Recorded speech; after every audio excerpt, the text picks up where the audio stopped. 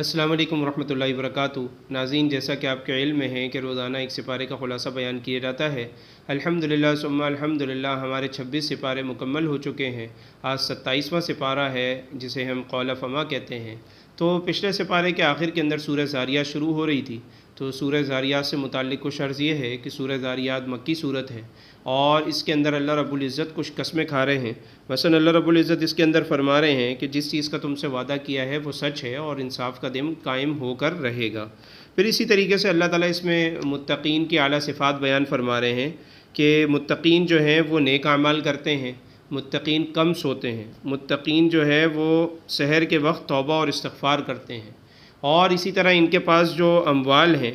اور وہ ان کے پاس جو مانگنے والے آتے ہیں تو وہ ان دونوں کا کیا کرتے ہیں، حق ادا کرتے ہیں، یعنی اپنے مال کا بھی حق ادا کرتے ہیں اور جو لوگ لینے آتے ہیں ان کو بھی صحیح طریقے سے شریعت کے مطابق دیتے ہیں۔ پھر اسی طریقے سے اللہ تعالیٰ نے اس کے اندر اپنی قدرت کی بہت زیادہ نشانیاں بیان فرمائی، زمین و آسمان کی نشانیاں اللہ رب العزت نے اس میں بیان فرمائی۔ پھر اسی طریقے سے اللہ رب العزت اس کے اندر انسان کا بیان فرما رہے ہیں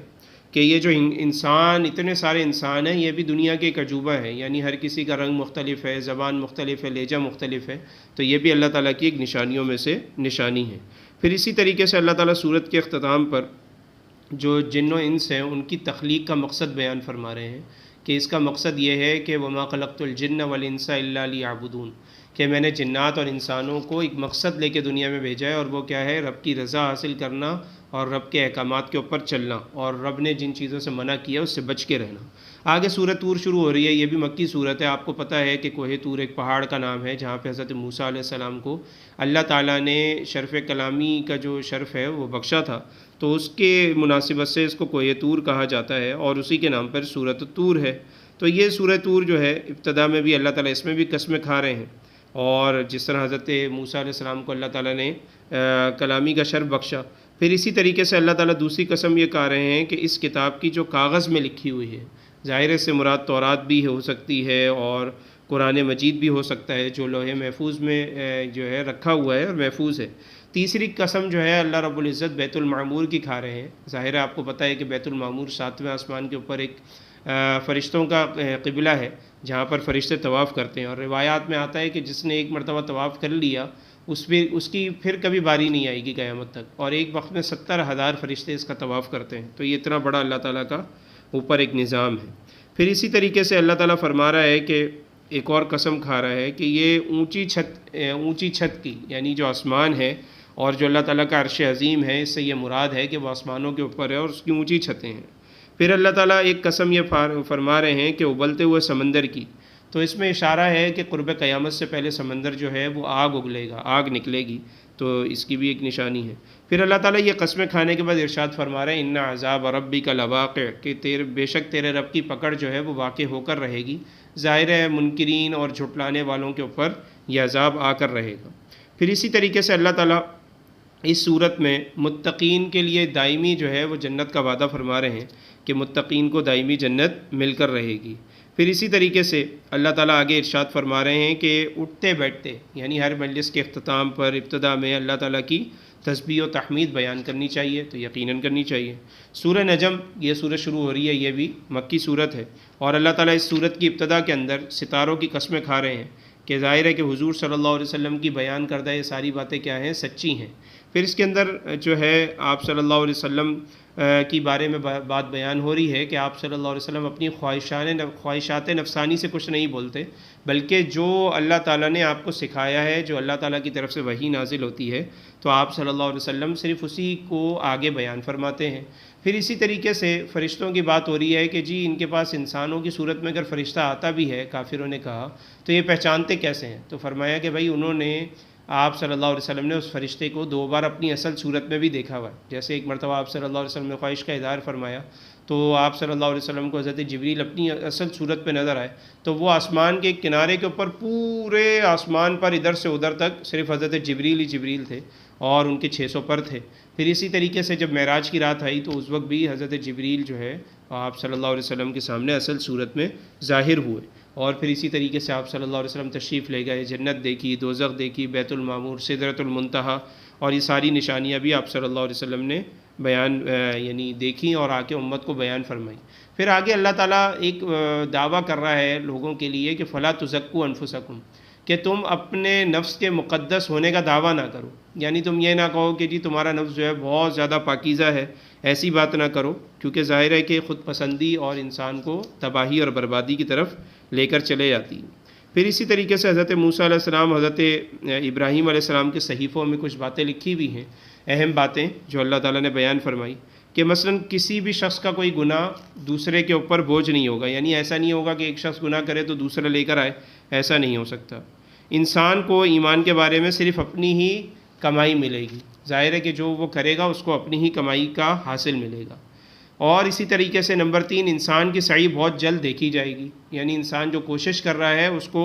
دیکھا جائے گا، پرکھا جائے گا۔ نمبر 4، اس کو دنیا میں کیے ہوئے کا پورا بدلہ دیا جائے گا، اس نے اچھا کیا اس کا بھی بدلہ ملے گا، غلط کیا اس کا بھی بدلہ ملے گا۔ نمبر 5، سب کو اپنے پروردگار کے پاس پہنچنا ہے، بے شک سب کو جانا ہے۔ نمبر 6، خوشی اور غم کی میں خدا کی طرف سے ہے، یعنی کسی کو خوشی آئے غم آئے تو وہ اللہ تعالیٰ کی طرف سے ہی ہے۔ نمبر 7، مارنا اور جلانا یہ اللہ تعالیٰ کی طرف سے ہے، اللہ ہی مارتا ہے، اللہ ہی زندہ کرتا ہے۔ پھر اللہ تعالیٰ فرماتا ہے کہ ایک قطرے سے اللہ تعالیٰ نے کیا کیا،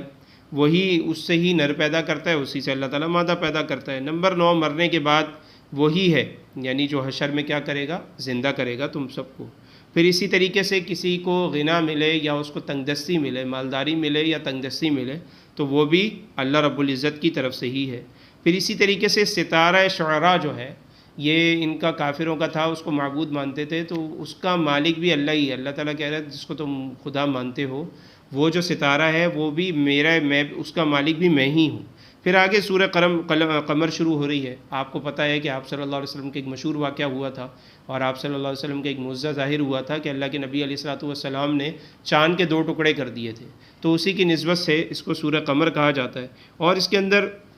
دوسرے انبیاء کا بھی ذکر ہے، جیسے یہ آپ کو پتہ ہے کہ سورہ قمر مکی صورت ہے، اس میں بیسک کے اوپر بات کی جاتی ہے، تو اس میں بھی توحید اور رسالت کی بات ہے۔ اور اس کے ضمن میں حضرت یعنی قوم عاد کا، سمود کا، حضرت نوح علیہ السلام، حضرت لوط علیہ السلام اور قوموں کے یعنی فرعونوں کے دردناک انجام کا مختصر، جامع اور فصیح و بلیغ تذکرہ بھی اس صورت کے اندر موجود ہے۔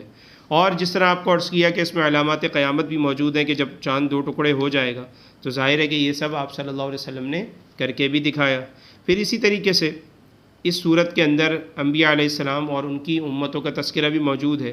کہ یعنی ظاہر ہے کہ جو اچھے لوگ تھے ان کے ساتھ کیا انجام ہوا، جو برے لوگ تھے ان کا کیا انجام ہوا، تو یہ ساری چیزیں اس کے اندر موجود ہیں۔ پھر اسی طریقے سے اللہ تعالیٰ آگے ارشاد فرما رہا ہے کہ جو برے لوگ ہیں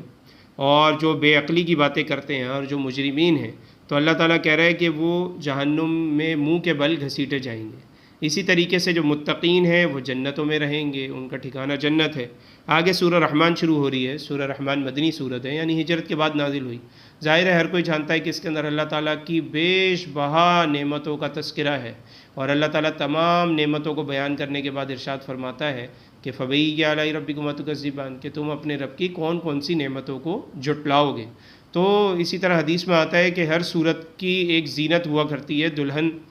ہر چیز کی ایک زینت ہوا کرتی ہے، تو قرآن کی زینت اور قرآن کی جو دلہن ہے وہ سورہ رحمان ہے۔ ظاہر ہے اس کی خوبصورتی، اس کے الفاظ کی اور اس کی جو ہر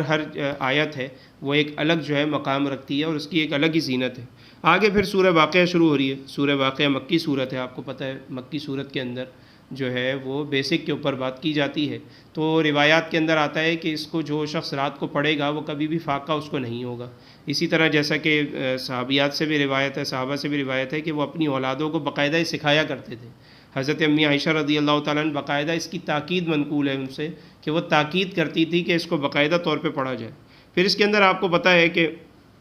اپنے انجام اور ثمرات اور عمل اور آخرت کے اعتبار سے ہر شخص کے فیصلے کی بھی اس کے اندر بات کی گئی ہے کہ اصحاب الیمین کون ہوں گے، اصحاب الشمال کون سے ہوں گے، اصحاب المیمنہ کون سے ہیں، اصحاب المشأمہ کون سے ہیں، تو یہ ساری تفصیلات اس کے اندر بیان ہوئی ہیں۔ پھر اس کے بعد اللہ تعالیٰ بہشت کی بات فرما رہے ہیں کہ باغات ہوں گے اور جنت کی نہریں ہوں گی، پھر حور اور غلمان ملیں گے، اور جنتی جو ہے وہ ہر قسم کے شربت کو نوش فرمائیں گے۔ یہ ساری چیزوں کا تذکرہ اس کے اندر موجود ہے۔ پھر اسی طریقے سے اللہ تعالیٰ اسی صورت میں فرما رہا ہے کہ یہ جو قرآن مجید ہے، مقدس قرآن مجید ہے، اس کو نہیں چھوتے لیکن پاک لوگ، تو ظاہر ہے یہ پاکیزہ کلام ہے، تو اس کو پاکی کی حالت میں ہی چھونا چاہیے۔ پھر اسی طریقے سے آگے سورہ حدید شروع ہو رہی ہے۔ سورہ حدید مدنی صورت ہے اور حدید لوہے کو کہتے ہیں۔ اس کے اندر بھی مختلف قسم کے مضامین بیان ہوئے، مثلا شروع کے اندر اللہ تعالیٰ اپنی حمد و ثنا بیان فرما رہے ہیں، پھر انفاق فی سبیل اللہ کی طرف اللہ تعالیٰ توجہ دلا رہے ہیں، پھر اللہ تعالیٰ یہ بتا رہے ہیں کہ یہ جتنا بھی آسمان اور زمین ہے یہ سب کیا ہے، اللہ کی میراث ہے، اللہ تعالیٰ اس کی ملکیت